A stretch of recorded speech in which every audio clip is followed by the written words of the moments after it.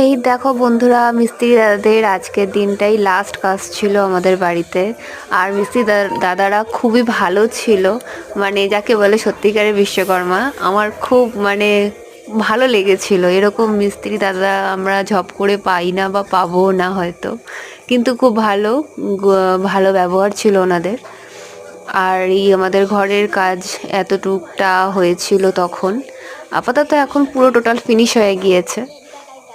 এই যে ওনারা কাজ করে গিয়েছিল সেদিনকে, খুব বেলা বিকেল 5টা প্রায় বেজে গিয়েছিল। অনেকটা টাইম ধরে তারা কাজ করে লাস্ট ফিনিশিংটা দিয়ে ওনারা চলে যায়।